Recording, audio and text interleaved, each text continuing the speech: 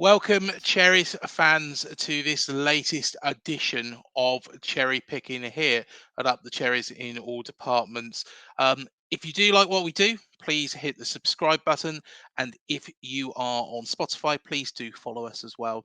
So you're up to date with all of our latest audio pods as well. And also, we're on Google and Apple Pods and everywhere. We are absolutely everywhere now. But of course, he needs no introduction now. To the right of me, I have got Manny. How you doing, Manny? All good, Craig. All good.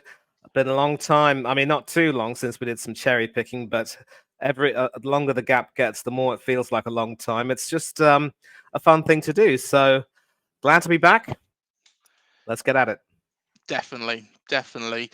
And of course, there is a big game coming up this weekend between our two teams. Of course, Manny, you are an Arsenal fan at heart, but um, yeah, of course, you do have a soft spot for the Cherries as well, don't you?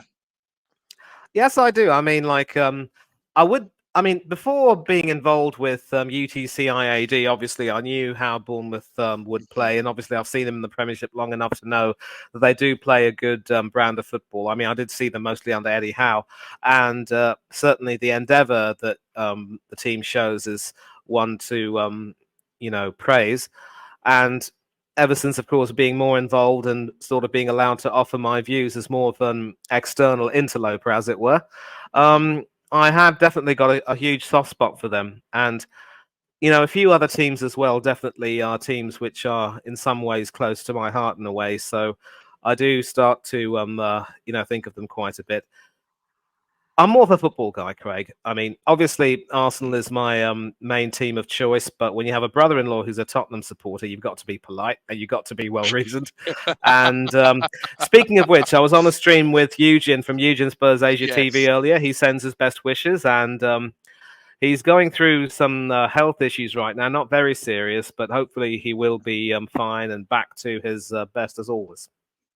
Yep, and we do pass on our best wishes to Eugene as well, and I will be reaching out to him very, very shortly as well. Make sure he's okay.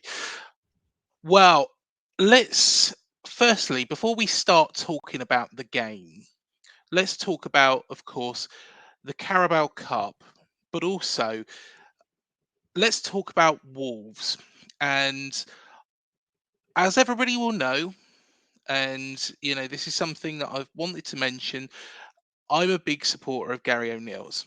Now, Gary O'Neill did a fantastic job at this football club when he took over from Scott Parker. And yet again, okay, he was 2-0 up against Ipswich Town. They lost 3-2. There is a number of our fan base enjoying, celebrating when, something goes wrong for Gary. And another thing I've got to say is one thing that I saw. I think it personality of a lettuce or something like that. To be honest, somebody put out, but there is somebody even mentioned that he won the lottery twice. I don't think he did. I think at the end of the day, he got the opportunity because of Scott Parker and what Scott Parker did at that time, which was voice out against the owners. Of course, never a good thing to do. He got the opportunity. He took that opportunity with two hands. He kept us in the Premier League. Yes, there was things he did wrong. Yes, he was too defensive. Yes, he made substitution mistakes, but he kept us up. And then that's how he's got the job at Wolves. It's not winning the lottery twice. And yeah, Ryan Lowe, which was a manager that was mentioned, is a good manager. But, at the end of the day, Gary was in the right place at the right time. And it's ridiculous. People just harking back to former managers and enjoying, especially a manager. I can understand somebody like Jimmy Quinn, who didn't particularly pave himself in glory. And I know that there's people that don't like Eddie Mitchell. I quite like Eddie Mitchell, but there's people that don't. And maybe Eddie Mitchell was a Marmite character. our previous owner, before Maxim, of course. And that's fair enough. I think some of that is warranted, but not with Gary O'Neill, who has done absolutely nothing. Um, Manny, it's ridiculous, isn't it? It's disgusting. It really is. And, you know, it's a thing with certain managers, really, Craig, that if they aren't really, you know, fondly remembered by the fans, if they didn't do a good job, if they never endeared themselves to the faithful, then they're not very fondly remembered. And certainly there are some valid reasons. I can think of certain managers who, you know, for some reason never endeared themselves to certain clubs. Terry Venables is certainly a case in point. What he did at Leeds United in the half season that he was there, he literally was the one who, you know, accelerated that club's decline from being European contenders to effectively getting relegated at the end of the 2003-2004 season. And if you ask any Leeds fan what their memories are of El Tel, they'll say, well, they weren't very positive memories of him. In No. fact, apparently, you know, one particular incident concerned the then Leeds and Leeds #1 and England #2, Nigel Martyn, who made a responsible decision not to go on the pre-season tour to the Far East, having just been a part of the England squad that went to the Far East for the World Cup in 2002. Now, an article which I think was either in the Telegraph or the Observer, I forget which, spoke about how Martin felt absolutely ostracized by Venables, who apparently was filming for an episode of Wish You Were Here, and told Martin over the phone that because of his decision to skip the pre-season tour, he would apparently never play for Leeds again as long as he was manager. And it was a disgusting decision, really, because although Paul Robinson did make a few decent saves and have a few decent performances, he never had the consistency which warranted him staying in the team ahead of Martin, who was always a step better, who in some cases was perhaps unlucky not to have gotten more England caps. But then when you've got David Seaman in front of you, I mean, you can't really blame the manager for picking Seaman ahead of Martin anyway. And that El Tel, before going any further, El Tel is an example of that. But when you think of Gary O'Neill, you did mention it. He did make some mistakes. He was a bit too defensive. And certainly the last few games where Bournemouth didn't exactly perform too well and ended up losing games, maybe one or two of which they could have fancied themselves to win. Certainly the Everton game was a one they should have looked forward to winning. That probably left a bit of a sour taste in the mouths of Bill Foley and company. And they decided, you know what, we've got to try and move on and move forward. And it was a ruthless decision. So what angers me about that is the work that Gary O'Neill did.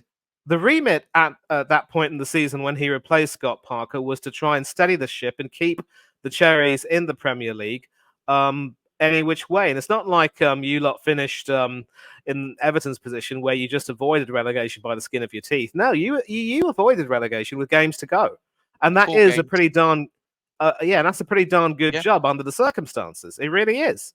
And so how people can, be disappointed, disparaging towards him and say, well, good riddance to him.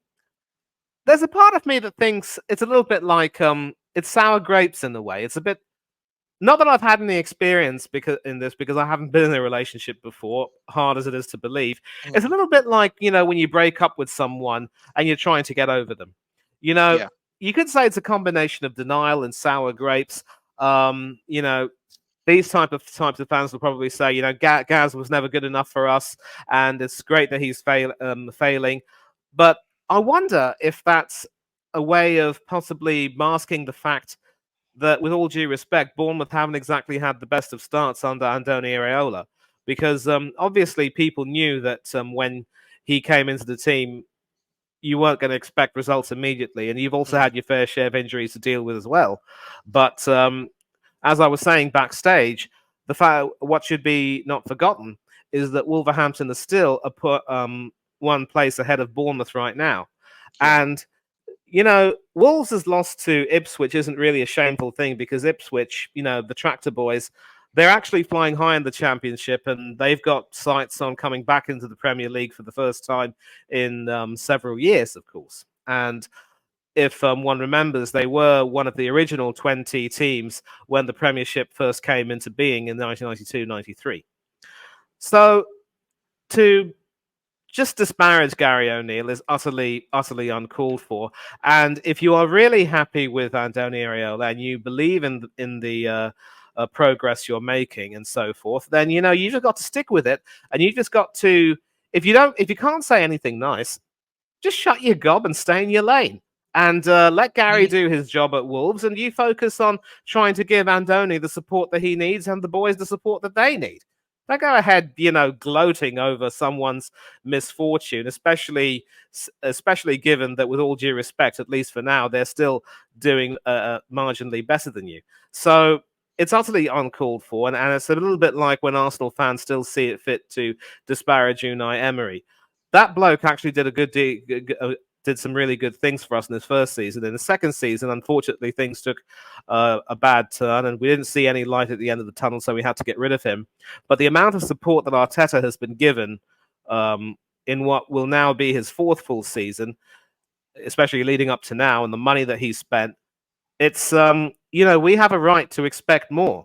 And when he won the FA Cup in his half season with us, that was effectively with Unai Emery's team, and he saw it fit to break up that team in a way by telling Emi Martinez to be on your way if you're not willing to accept playing second fiddle. And look how he's turned out. And several others like Kieran Tierney, Ainsley Maitland-Niles, Nicola Pepe, and several others, Pierre-Emerick Aubameyang, they were all eventually told that they weren't going to be a part of his so-called process. And what has the process given us? And Mm. before anyone talks about last season's second place finish, we bottled that title win. And that is not something that we can ever be proud of. It is easy to say, well, you started magnificently and you were ahead. But as Mo Farah will tell you, um, tributes to the great man who retired recently, Mhm. nobody remembers the person who led the pack at the beginning and the middle. They only remember the winner. And so if you lead the pack, if you set the pace but aren't able to keep up the pace, you will end up losing. It's as simple as that. I think you've worded it perfectly, Manny, really. And my thoughts entirely. When Gary was here, there was so much horrible stuff that was put on Twitter or X or whatever it's called now, that Elon Musk decides to call it. There was so much horrible stuff put about him. And don't get me wrong, I think there's been mistakes that he's made at Wolves. Some of the Mhm. substitutions I've seen that he's made at Wolves, I don't agree with. But he hasn't won the lottery. What he's No, done is he's taken an opportunity at Bournemouth, both hands, and ran with it and kept us up. Because if Scott Parker had been allowed to continue, we would have got relegated, most definitely. absolutely. And I Absolutely. think Gary deserves so much more credit. If Wolves decide that they want to move on or sack him, then that is entirely their decision. But I think, from a Bournemouth perspective, I think we should show a lot more respect to the man, because who was to say that Marcelo Bielsa, the man that everybody wanted to come in at the time, and to be honest, I was a little bit excited about it as well when his name was mentioned. Who's to say that he would have kept us up? Who says that? And this is honestly what I think happened. I can't verify. I don't know exactly from the club, but I think what had happened is they did have a look at other managers. They did pick out Iraola, but Iraola, being a loyal man, decided, because of course he didn't go to Leeds, being a loyal man, decided to see out his contract with Rayo Vallecano before making the move. Now, of course, Leeds were relegated, so that ruled them out. But personally, that's what I think happened. So Gary was effectively like an interim boss, but he did a good job. I don't blame Wolves at all for making that call. What angers me as well about the whole Bournemouth thing is that in lieu of his performances, O'Neill was actually offered a full-time contract extension, if memory serves me right. Yeah, He was offered the chance to manage the club beyond that season.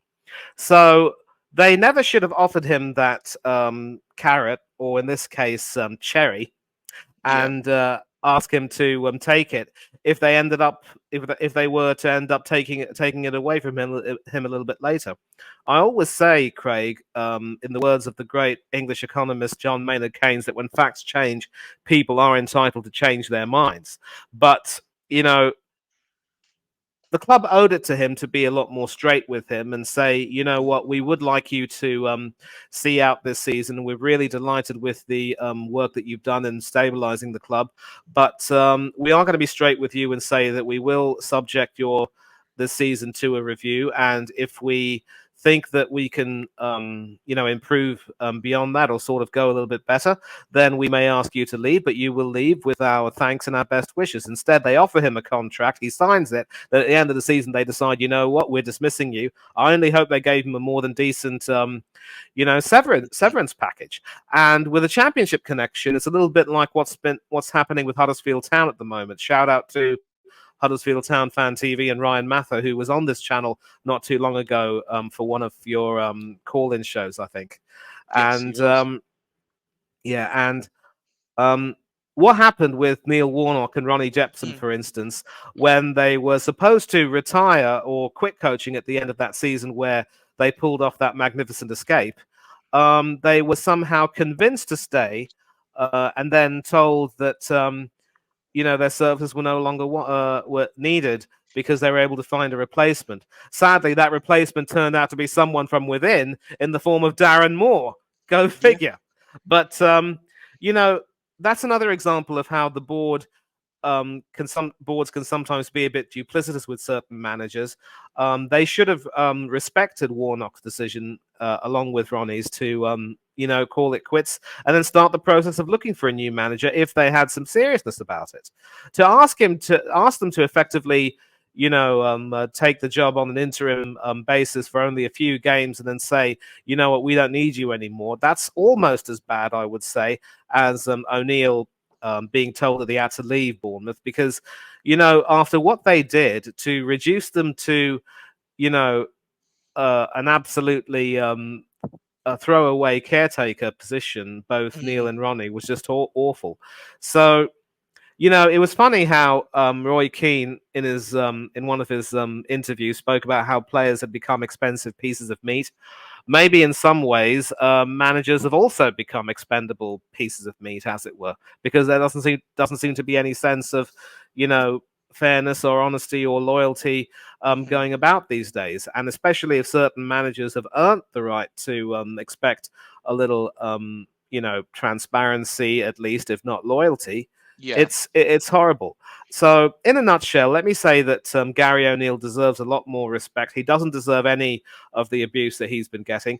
I think he was done a little bit dirty by the board, but just move on and support Andoni and just try and take it further if that's what you wanted to do. And hopefully, given how well Bournemouth performed last night in Stoke against Stoke, and it could very well be that the Carabao Cup could see you with some chance of having a good cup run or maybe even earning some silverware. Let's see how well you do there. Well, we've got Liverpool in the next round, so we shall see. But then again, You beat them 1-0 at Dean Court, mind you, last yes. year. So hopefully, fingers crossed. And of course, Man City are out of the competition as well. Man United and Newcastle have to play each other as well. So there is, a path, opening itself up for the right team. So we shall see. And it'd be nice to get that little bit of silverware. My question is would I really want that over Premier League's? Premier League is our bread and butter. That is, Yes. the be all and end all. Winning a cup but then getting relegated is no good. I honestly want to make sure that our safety is assured. Because of course Wigan did that, won the FA Cup, got relegated against Man Yep. City, and look at where Yep. they are now. So yeah, going back onto, because actually it's quite interesting what we're talking about Gary O'Neill. Iraola, I did make a comparison actually about Gary O'Neill didn't play the most attractive football. He was very, very much direct. It was sometimes a bit grotty in places, a bit, and sometimes the substitutions didn't make sense. But there was quite a number of goals. Yes, we did concede a lot, but we got some results, under our belt.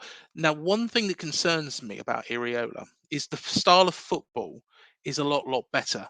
In fact, it reminds me of Arteta when he just took the job at Arsenal, because it was passing football, it's beautiful football, it's pretty football, but we don't seem to be scoring as many goals. Dominic Solanke has done well, but we're not getting goals from elsewhere. But also we're making mistakes at the back. And what I'm thinking is, that's my main concern, is it's all well and good playing beautiful football, but there is teams that have been relegated, and Arsenal maybe could afford to do that a lot more. To be honest, Arsenal were in a better position anyway to do that. We've come from a style of football which has been very defensive. Sometimes it's not been pretty. We've changed the whole philosophy. Arsenal were always miles ahead of us. There has been teams, of course, that have been relegated playing beautiful football, and that is my main concern about Iraola at this moment in time. I think, Craig, you might also want to get into perspective the fact that not only have some injuries to the likes of Tyler Adams and company Yeah, negatively impacted you, you also have had some pretty tough fixtures against the likes of Liverpool and others. yeah, That Brighton team which you faced, for instance, I mean, the way you took the lead, that was a dreadful goalkeeping mistake. And had you kicked on from there, you could possibly have beaten that Brighton team, which does play mm, some attractive football, but which somehow, for some reason, is maddeningly inconsistent. I mean, let's face it, this is the same team which qualified for the Europa League last season, finishing in sixth, but yeah, they somehow contrived to lose 5-1 at home to an Everton team that was fighting tooth and nail to stay in the Premiership. mm, And they played some good football this season, but ended up losing 3-0 at home to Brighton and to West Ham United. And we even beat them at the Emirates one time, I believe, if memory serves me right.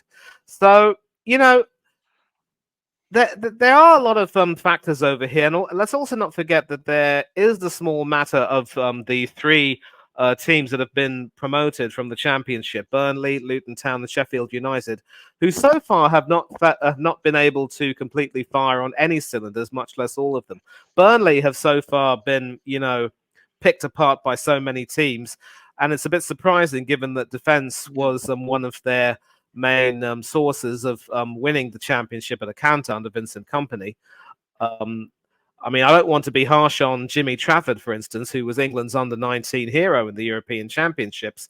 And he's certainly been one of their better players. But defensively, for some reason, they've looked all over the shop, and Company's going to have to make some changes.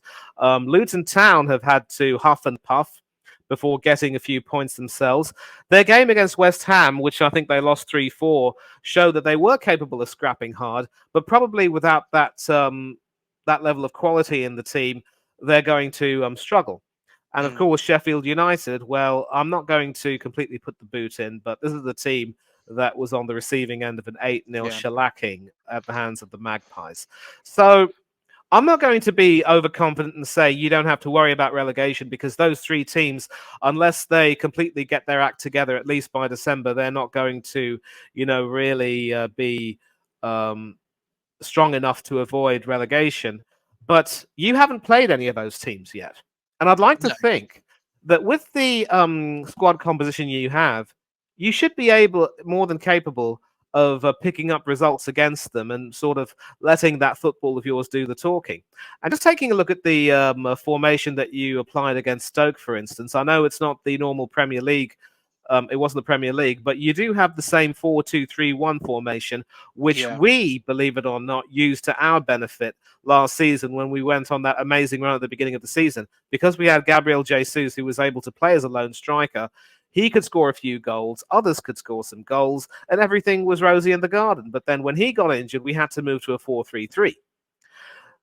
And that the consequence of that is, as we saw in the North London derby, Spurs had Yves Bissouma and Pape Sarr playing as the two defensive midfielders in front of the back four, just as Rothwell and Lewis Cook were. Joe Rothwell and Lewis Cook were doing when you lot played against Stoke. And those two guys, Basuma and Sarr, were able to outmuscle our rather thin midfield of Odegaard, Declan Rice, and Fabio Vieira. And I say thin, it doesn't do it justice. Fabio Vieira is literally like a stick. That guy Yeah. needs to have some good old. That guy needs to tuck in some good old Portuguese or Brazilian barbecue ASAP. And I kid you not, there's nothing like a Brazilian churrasco. It's absolutely delicious. But Is it? they outmuscled our three-man midfield, those two. And so Rice and Vieira were brought off at half time, and we had to bring on Jorginho and Kai Havertz, the two Chelsea rejects, but also two Chelsea Champions League winners, to try and add some experience and depth to our midfield. A fat lot of good that did us, I tell you. So this 4-2-3-1 formation seems to be, a new blueprint of a formation to adopt. And it was good to see Adam Smith coming back into the side at right back, and Kirkes slotting in at the left with Senesi and Zabani in the centre of defence, and the Romanian Radu in goal instead of Neto, the captain. If memory serves me right, I think Adam Smith must have worn the armband yesterday. I don't remember. Yes. But right. And then, of course, David Brooks, Dongo Tara. Semenyo, of course, was the lone forward, and you had Bertrand Traore, I think, the Burkina Faso international, if memory serves me right. Oh, no. Dongo Atara is Burkina Faso international. Oh, yeah. Traore, yes, yeah. Hamid Traore. Ivory Coast, I think, yeah. So I got mixed up today, people. My apologies, everyone. And so interestingly enough, Stoke also adopted a 4-2-3-1 formation. I think everyone seems to be doing that these days. But with the players that you've got, especially Brooks and Atara on the wing, you were able to have players who could easily make runs through the channels and also come back to sort of help out in that area of midfield and provide Semenyo some decent service. Obviously, in the first half, it wasn't easy because it ended goalless. But then Solanke came on for Semenyo at half time, only to was replaced by Kiefer Moore 5 minutes from the end. Yeah. And then he was the one who got the goal, and then Rothwell combined. So it was a sort of a patient game, which is probably the way you had to play against a team like Stoke, but then you got the goals you needed. And so it might only be a matter of time before, once the likes of Justin Kluivert and others, come back into the team. Ryan Christie, of course, don't forget him, and also Marcus Tavernier. I mentioned Kiefer Moore. Max Aaron's also sat this one out, which was a bit of a surprise. But clearly, you've got the system and you've got the players. It really only should be a matter of time before you start to get some good results. The trick is you might need to improve your concentration, especially at the back. And, it could very well be that you will need to experience with a couple of defensive formations. Now that, of course, Jack Stevens has left the club, you probably don't need to experience with a back five anymore. And it will be quite difficult to see how Lloyd Kelly comes back into the team, but he will be an option going forward. So I think that you will need to focus a lot more on the defensive side of things and make sure that the likes of Zabani or Senesi or whoever is in the back four that day will have a good understanding, and then obviously whoever plays on the plays of the fullbacks will also have a big role to play, especially if especially if they're fullbacks that can overlap, all the better. Because against our 4-3-3 formation, as we'll discuss once we get into the game, you could have some have some say on how the game is. You could have some influence on the game, especially with the defensive midfielders that you have. Yep, most definitely. And I think we controlled the game yesterday against Stoke. We managed it well. But again, I just don't feel sometimes there's a point where, and when Solanke come on, we did go a little bit more direct for a period of time before reverting back into that slow passing style. It's beautiful football to watch. There is no doubt about that. It is beautiful football to watch. But one of my main concerns is that we're just not we're not putting teams to bed. We're not putting teams to bed. Against Brighton, I think, that was probably the best example. So we went 1-0 up early on, you know, Yes. excellent goal. Then what we did have was a number of chances. Yes, we should have had a penalty as well. We don't seem to still get those, but we had opportunities and we didn't take them. And then there was that stupid mistake at the back, which Neto, I feel, Neto's been excellent for us. And there is people that started to get on Neto's back now as well. That, he should have called and commanded for that ball against Kirkes. The points he's gained us, though, both this year and last year, though, I can't knock him. When a goalkeeper makes a mistake, Manny, it normally ends up resulting in a goal for the opposition team. And that seems to be what happened in this case. What did disappoint me, though, and I'm sure you've seen this, 16 seconds was on the clock in the second half, and from our own kickoff, we've conceded by Matoma. And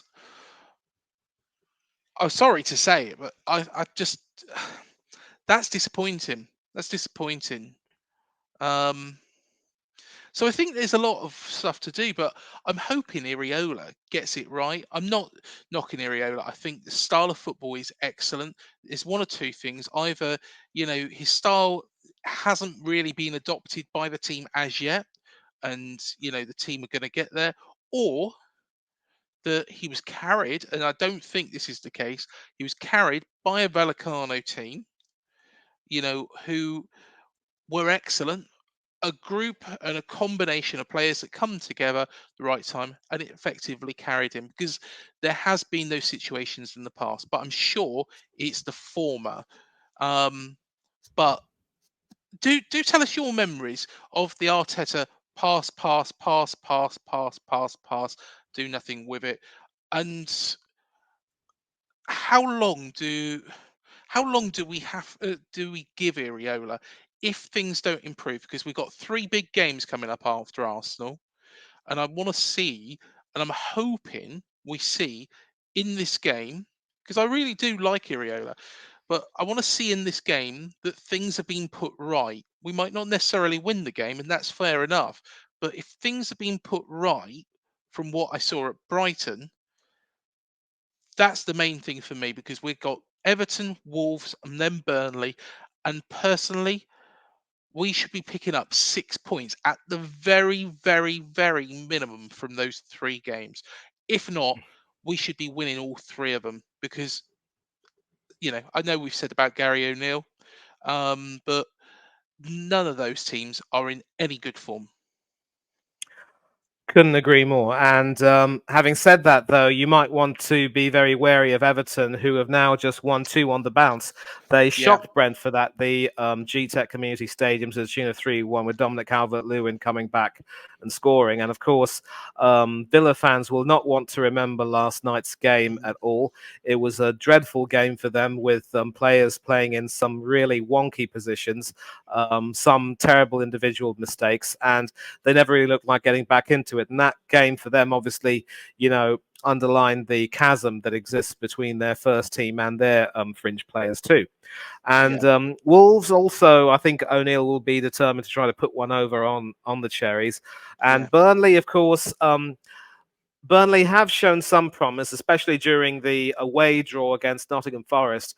But they are a team which will still, just huff and puff, but they will definitely have some, defensive sloppiness in them as well.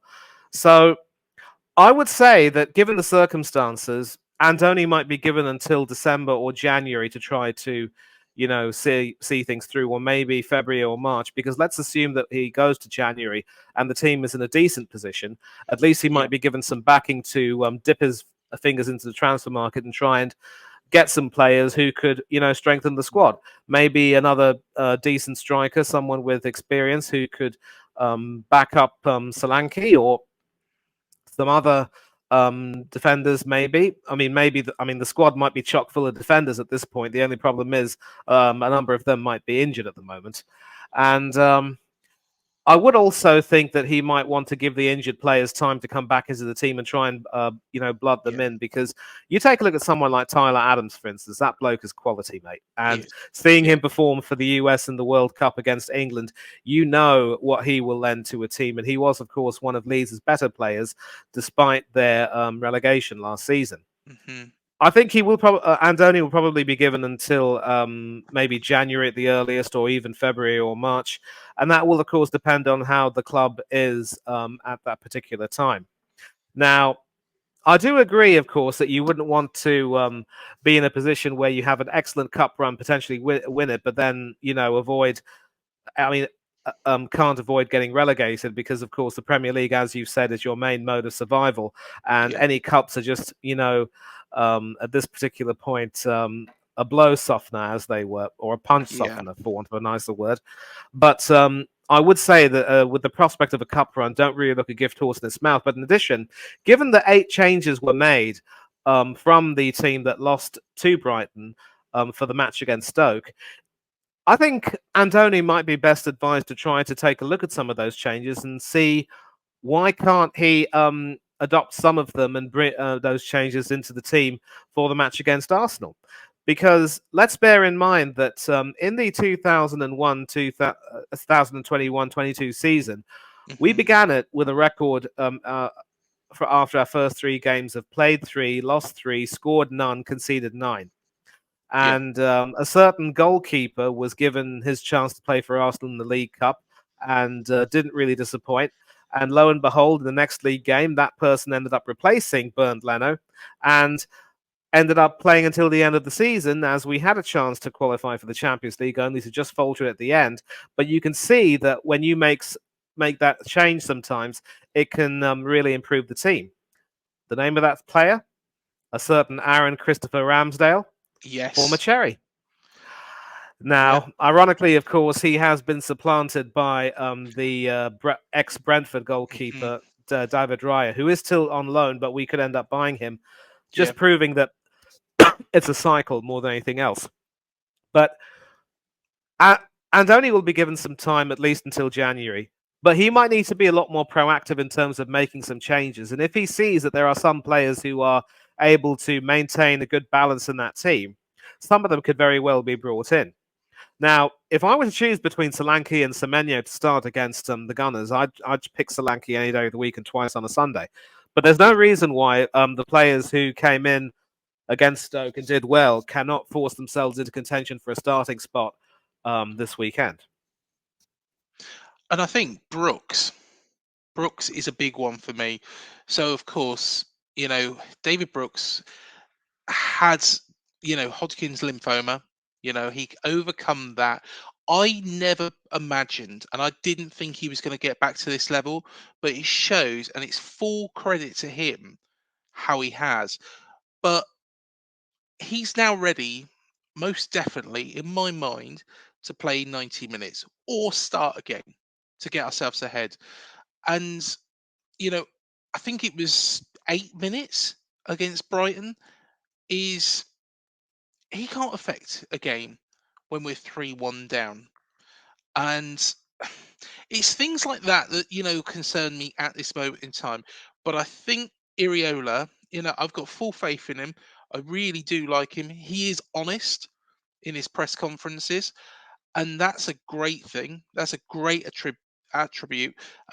He's the first person, honestly, since Eddie Howe, who is 100%, straight to the point. He says what he's thinking. Gary O'Neill, he was honest, but he didn't really come out and just. But Andoni will literally, say it as it is. Say it as it is. And I like that in a manager. Of course, he's coming up against a Basque manager in Arteta, and this is what's going to be interesting because this will be the first bout between him and a Basque manager, and I believe, well, of course, Xavi Alonso is another Basque manager, um, and personally, I think this might play into his hands because he's going to be on the attack, the pressing high, as will Arteta. Arteta plays a similar sort of way. Um, do you think this is quite a difficult test for Arteta because he's coming up against, like, when he comes up against Unai Emery, who's another man who plays in a similar sort of way? Do you think that this is a bit of a different sort of test for Arteta this weekend? I believe you me, Craig. With the injuries that have started to pile up, we are going to be up against it because bear in mind for the Mm, North London derby, we didn't have Gabriel Martinelli or Leandro yep. Trossard available. So we had to play Gabriel Jesus on the left just to accommodate Eddie Nketiah in the middle. And Mm, again, a fat lot of good that did us because, again, Eddie, he tried to run about a lot and try and get himself into positions, but Mickey van der Ven had the better of him. One brilliantly crunching tackle in the first half pretty much epitomized that. And Jesus was yeah. clearly more of the more potent attacking threat. Hopefully, Trossard should be okay. The muscle issue, which kept him out of the North London derby, should be resolved by now. But Martinelli will be out. There is a great deal of talk of Bukayo Saka and Declan Rice not being fit. So, Mm, effectively, we could be without three of our more influential first teamers. And Rice's potential absence means that we are stuck invariably with either having to play Jorge Freo, Jorginho, or Mohamed El Neni, who came on as a substitute against Brentford and didn't look too bad after a long layoff. But we're not going to be coming to Dean Court with our best team.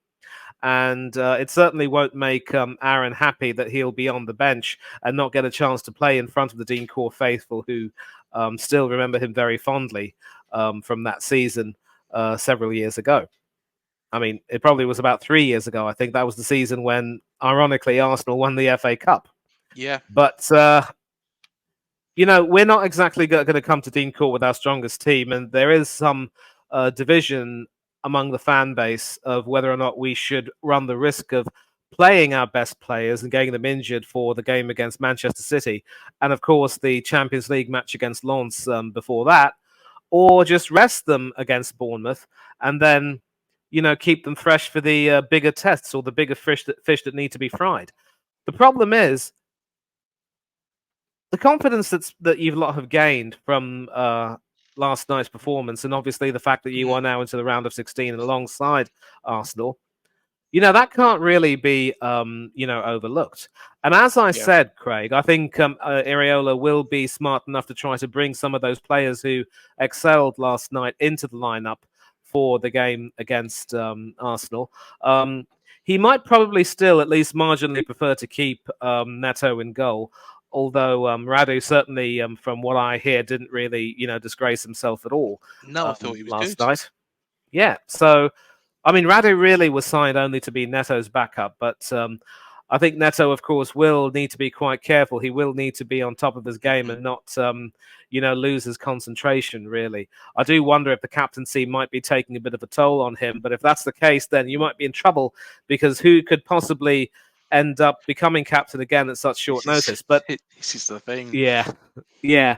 But as I said, Iriola's going to play the 4-2-3-1. Emery Mm, likes to play the 4-2-3-1. We played the 4-2-3-1 under Arteta as well.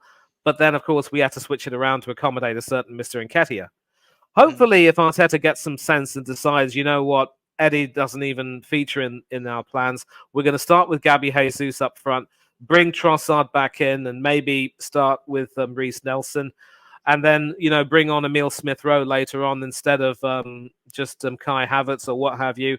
Pack the midfield with two defensive midfielders in Rice and Jorginho. Stick Odegaard in the usual number 10 role and have two attacking midfielders on either side and get Jesus up front. And I wouldn't necessarily say that we end up cancelling each other out, but it will be interesting to see if we have Saka and Trossard playing, for instance, or Nelson and Trossard preferably, how they're going to exploit the channels and see how they take advantage of your back four. And if we're not careful, if Alexander Zinchenko goes walkabout as usual, then it could very well be that David Brooks will have a field day against him. And don't Yeah. forget the presence of a certain Mr. Otara, who I think very nearly scored against us at the Emirates last season, only to be denied by a certain Mr. Ramsdale. So, look, you've got the midfielders and the attackers who can certainly cause us a great deal of problems, and we're not going to forget the result at the Emirates in a hurry. But defensively, you are going to have to, tighten things up and really make sure that you lot are switched on. And as for us, look, we've got our problems. We're going to be stuck with the 4-3-3. I want to see Arteta go back to a 4-2-3-1, but in my heart of hearts, I know he's not going to do that. I know he's going to find a way to get Nketiah into the game. I know he's going to find a way to get our expensive flop Kai Havertz into the game. And he will, of course, tell Zinchenko to go walk about and be a part of the midfield, even if it means stretching our defensive line. I'm just grateful that we've got Gabriel Magalhaes and William Saliba back in. I don't know if Ben White will necessarily be starting. I'd like to see him dropped and Takahiro Tomiyasu come in, who didn't do at all a bad job against Brentford. But we've got some problems, and so we're not going to expect a very straightforward game against you guys. And if there is a situation where you lot actually pick us to, get a really good a good draw, even somehow a win, your first win of this season, then believe you me, Mr. Beasley, a lot of questions are going to be asked about a certain Senior Arteta.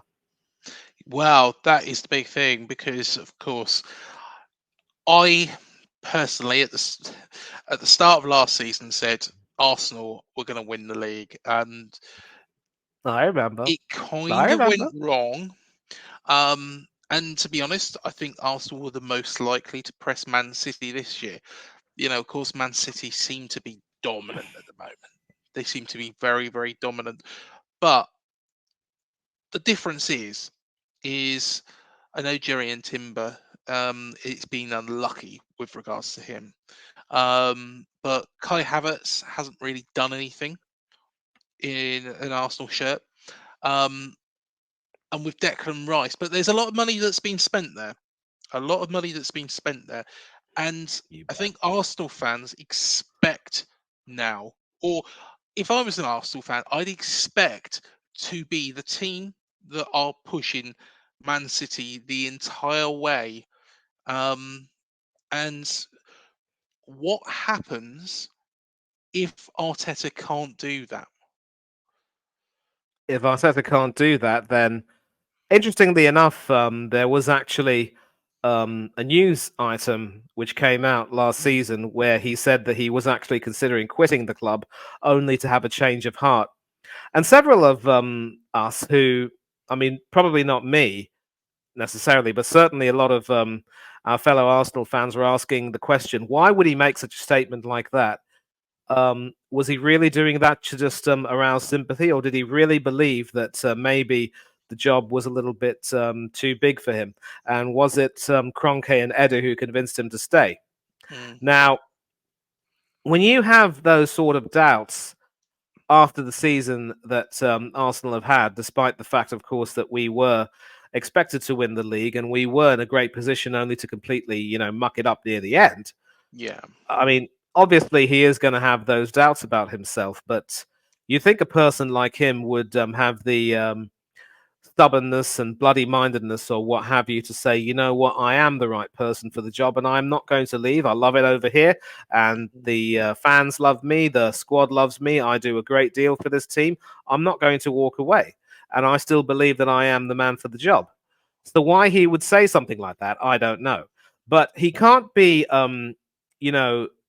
ignorant of the fact that there are certain questions being asked about Arteta's ability to actually take them even further. And I think a lot of people who otherwise have been complimentary of him and the job that he did since replacing Unai Emery are starting to see that, it's one thing to talk about processes and so forth, but as Brian Clough or was it his son Nigel? I don't remember.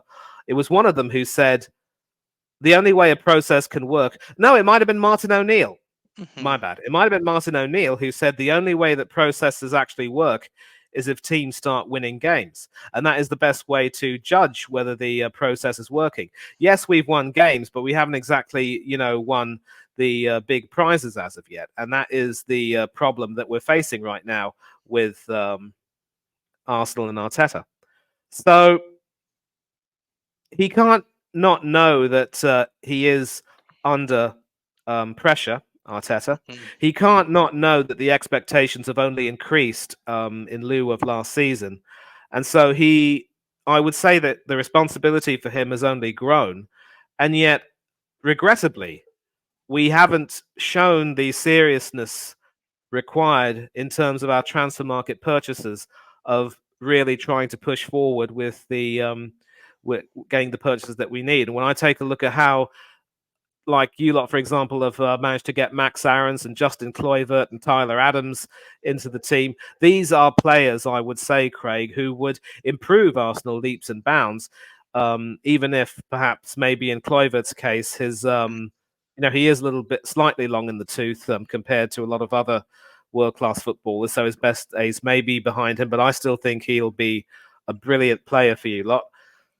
We just don't seem to have done anywhere near enough, and it's 200 million quid spent on effectively three players: Declan Rice, Yuri Timber, who's now injured, and of course Kai Havertz, who is on a king's ransom of a salary right now, in Yes. addition to being a very expensive purchase. Mm. So, what exactly is the plan of Edu and company? How complicit is Arteta in this whole thing? And the more and more we think about these things, Craig, the more we have a right to demand answers and just find out just what the heck is going on. And if we don't get any answers, then naturally we're going to be rather cheesed off over the whole thing. So there will be expectations, there will be questions, and he will now be judged more strongly than ever, especially based on like if for example he doesn't get any real good results in the Premiership or even in the Champions League. I mean, we should be able to qualify from our group in the Champions League, given that it's not really the most difficult. PSV are nowhere near the team they were Yeah. last season when we played them in the Europa League, and Sevilla have re-signed Sergio Ramos, but I seriously don't think that will do very much good. But again, in the Premiership, which is also in some ways a little bit like our bread and butter too, in a way, because it Hmm. enables us to secure CL qualification for a little bit for more and more seasons. We need to make sure that we build on the second place finish. Otherwise, that could just prove to be another tragic flash in the pan. And more's the pity because we've been starved of success for so many years, and we're not about to listen to anyone telling us be patient, trust the process, blah blah blah. How much trust can we place in a certain process? And again, it segues back to the issue, to the process that you're on with Iraola. There will come a time when, if results don't improve, hard questions will have to be asked and hard decisions will have to be made. It's that way with every single club, and Arteta and Arsenal are no different. And I think it will be an interesting game because I think both both teams play the same way, but it is a results game, isn't it? And you know, uh, look at Sean Dyche at Burnley. Year on year on year on year, they didn't never played attractive football. They're the most grotty team to watch, but they survived. And it was only when Dyche actually left that they actually went down.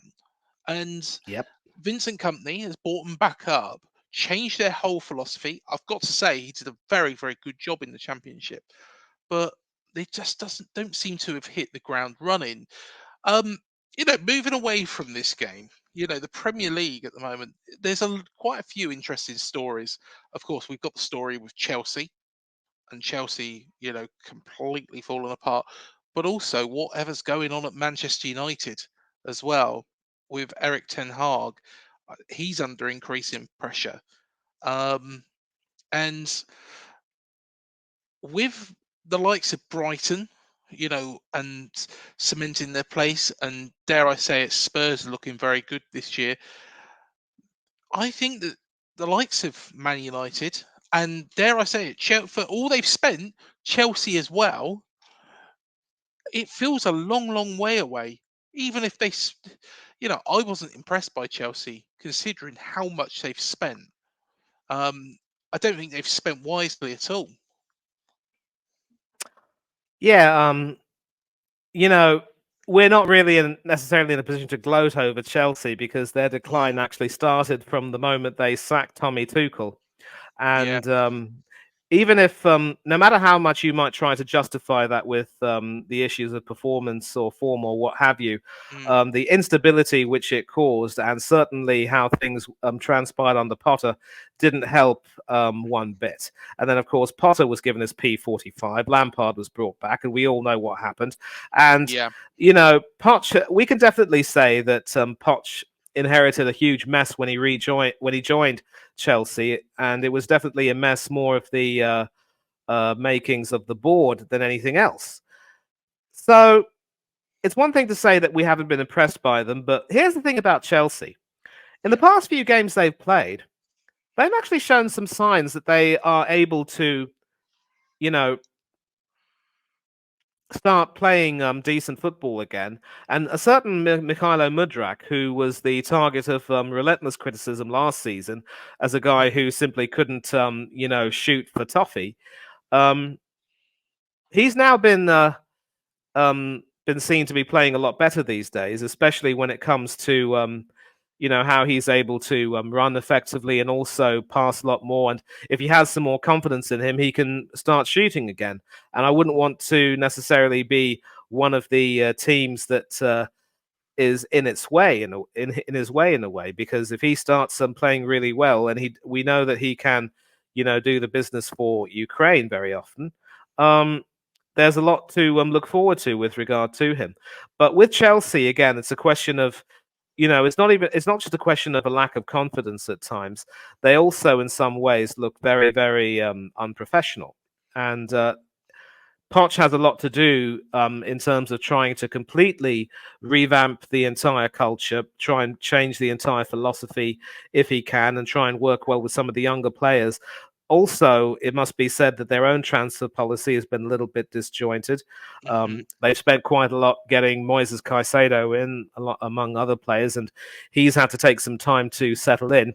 You do get the feeling, though, Craig, that with most of these teams and players, they are certainly not useless players, and it will be only a matter of time before they are able to um, find their place in the league.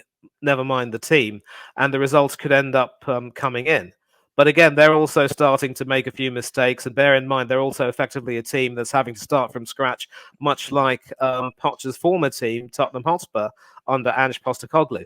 But while Spurs have started magnificently with James Maddison pulling the strings and Heung-min Son making himself seen and heard after Harry Kane's departure, Chelsea have just taken a little bit too long so far. But once they start playing well with the players that they do have, watch out for Nicholas Jackson, of course, who's definitely a good purchase. They could start to do really well.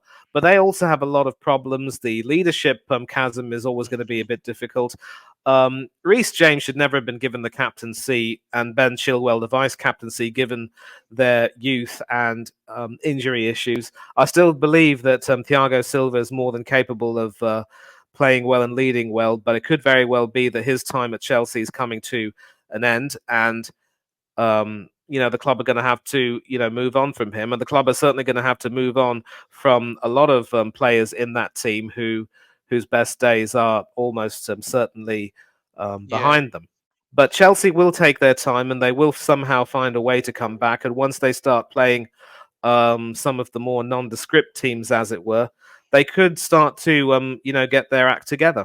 And there are, as you've said, Craig, several of the other teams in this division have not really been able to get their act together very easily, and they've struggled a great deal, for want of a better word.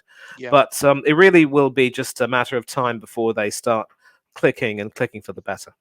And the other one, of course, the other big team, Manchester United, just seem to be a bit of a bizarre case at this moment in time. Oh boy, oh boy, oh boy. Where do you start? I mean, we thought Yeah, Eric Ten agree. Hag had it tough in his first season, and he weathered the storm Mm, magnificently to get them a trophy in Champions League football. But more and more issues are rearing their head. hmm You know, one thing I liked about the first season was how decisive they were in deciding that Cristiano Ronaldo had to leave because he Yes. was becoming a bit of a disruptive influence. And now we're seeing a similar situation with Jadon Sancho. I think it's fair to say that a large number of us still don't quite know the whole story, but this issue has got to be resolved for the benefit of the team ASAP. The Greenwood thing also was something that really caused divisions in the club, and then of course you've got several players there, the likes of Christian Eriksen and Casemiro, who are clearly I mean, they're still decent players, but their best days are clearly long Yeah. gone. And United will certainly look to try to move them on at the end of this season, just like they moved on David De Gea. And hopefully, the arrival of Sofiane Amrabat, the Moroccan, who was, of course, linchpin in the Mm, Atlas Lions' run to the World Cup semi-finals, he will certainly, in my opinion, have a very big role to play in terms of how the team will be reshaped going forward. And he will lend a great deal of muscle to that defensive midfield area because that yeah. is normally more of his position. He has been known to fill in as a centre back at times, but central defensive midfielder is more of his position and he performs that brilliantly. So he will obviously relish the competition between himself, Ericsson, Casemiro, Scott McTominay, and several others, especially with Fred having gone to Turkey. And of course, there is the issue of how do you fit Rasmus Højlund and Marcus Rashford in the same team? Rashford was brilliant as United's lone striker, but with Højlund coming in, I'm not too sure Rashford is aware of where he stands right now and what necessarily Eric Ten Hag wants him to do. Some players like him thrive on being more um, of the main man up front, the way Heung-min Son is now thriving at Spurs in the absence of Harry Kane. So there are some issues with Manchester United, and they will definitely need to look into them and really try and solve them ASAP. And they're another team who might need to dip into the transfer market to try and get some defenders into their team because defensively, I tell you, they look all over the shop as well. And it's not an easy time if you're a United fan in many ways, and they do have some problems to solve. I do genuinely hope, though, that they will find a way to overcome all those issues and say we'll find a way through this. mhm. Yeah, most definitely. Most definitely. Well, I think that wraps up cherry picking for this week. Manny, pleasure as always to have you on. And lots of interesting points. I'm sure there's going to be more interesting points that are going to come up next week. So we shall see how it all pans out. But of course, next week, I think, is the start of, and a lot of people will say this is the start of our season. Everton away from home, then Wolves, then Burnley, and we expect a decent return from that. And I think it'll be interesting to see, whether or not Iraola has learned, not necessarily won this game, but learned from those mistakes at Brighton. Yep, exactly. Exactly. And it's the learning and how well he's learned that will, determine how well he moves forward. And one thing for which I can credit Arteta is that he has been proactive in making some personnel changes, which has improved the team. The only problem is he hasn't been as consistent with others. So Iraola might perhaps consider what his fellow Basque boy has done and try and take a leaf out of that book, perhaps. Well, we shall see. But Manny, pleasure as always. I'm sure you'll be joining us for some more cherry picking ahead of the next big week. Sure, When, sure, sure. of course, we travel to And Goodison. yeah, and of course, Bournemouth are playing Arsenal. We will be having a call-in show with my good friend Del Boy Gunner TV. I'm Mhm. extending an invitation to you to come onto that after the game to discuss Yeah. how you enjoyed it and where you see both our teams going forward. I also want to make a very small, and I will keep it brief, announcement. Mhm. I recently found out, in fact, today I found out about another YouTuber, a young girl who was, doing quite well, but also the target of some very vile abuse on social media.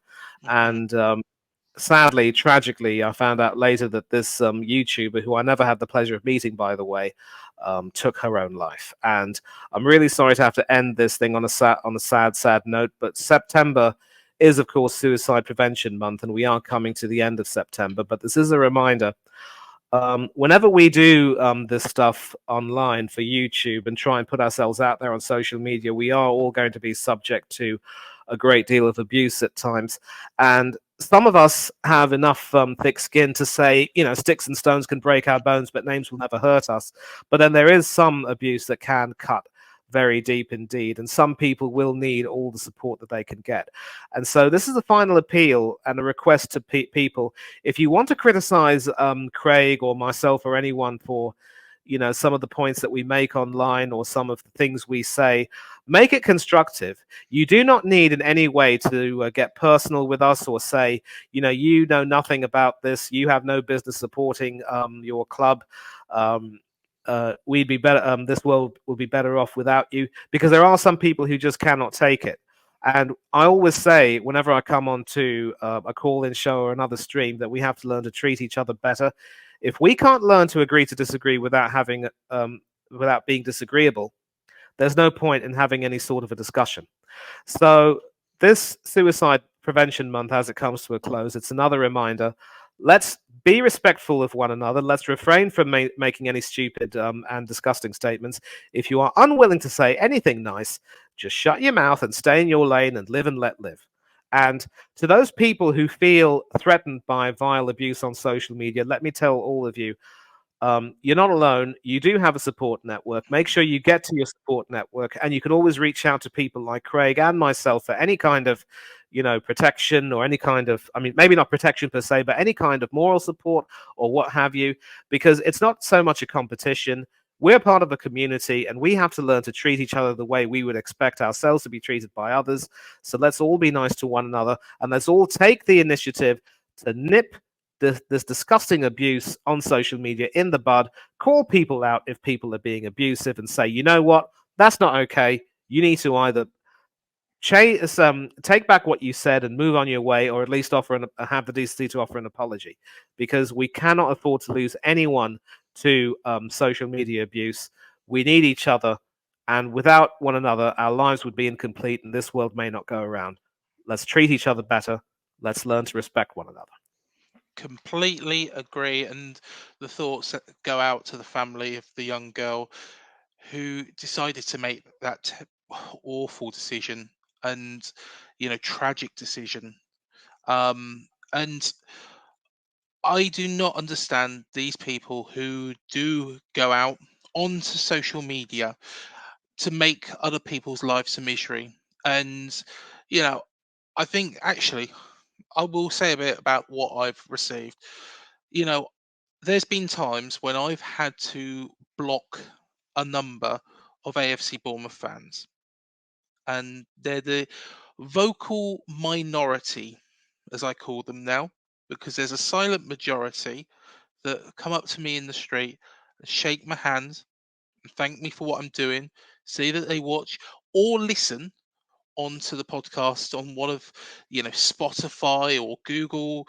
To be honest, these are services that I don't even use, and the podcast is on there, and those people make this all worthwhile. But there is those individuals that firstly make horrible comments.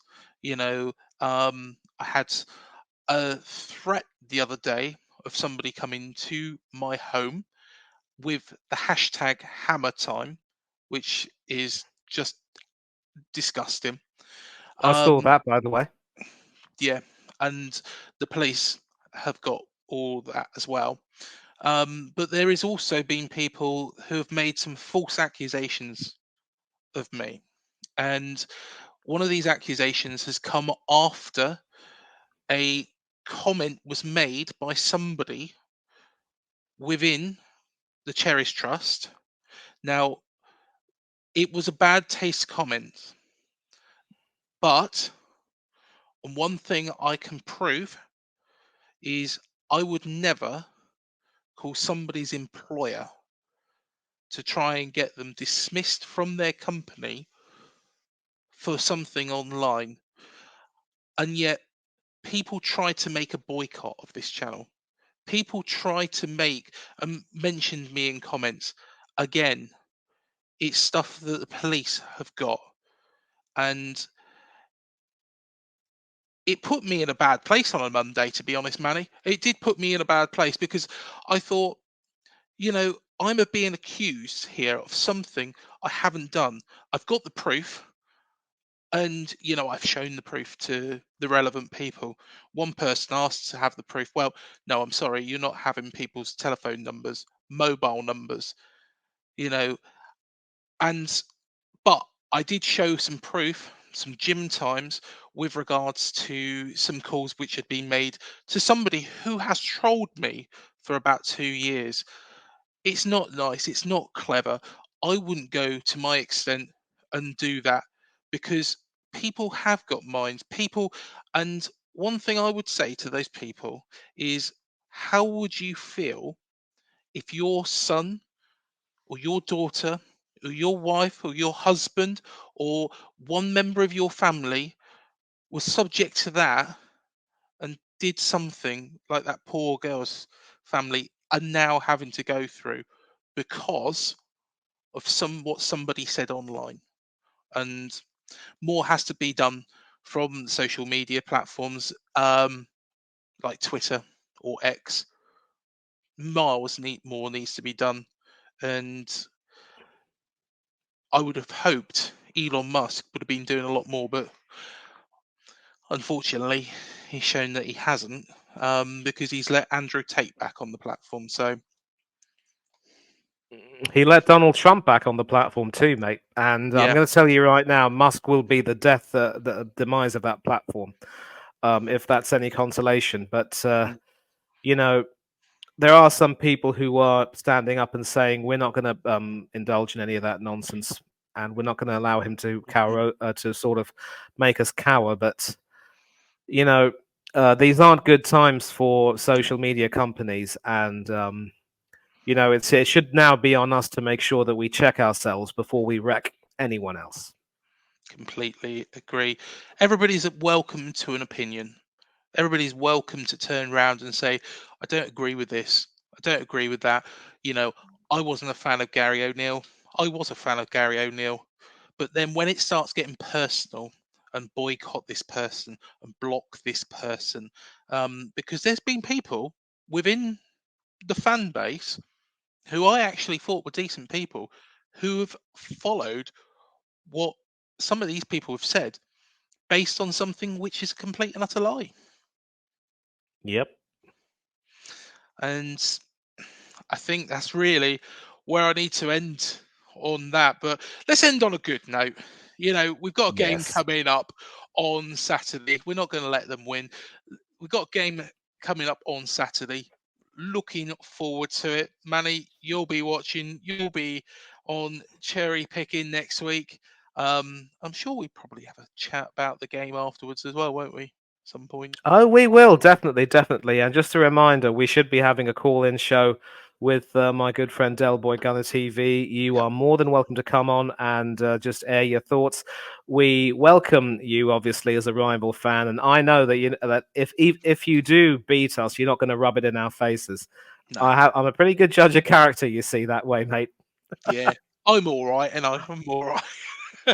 You're more than all right. You're more than all right. If you weren't all right, I wouldn't be here, would I? No, exactly, mate. Exactly. Well, thank you again, Manny. And by all means, Cheers, we'll mate. see you next week. Everybody, please hit the like, subscribe, the bell button, and do leave your comments below as well. And we will see you in the next video. But keep take care of yourselves and be kind.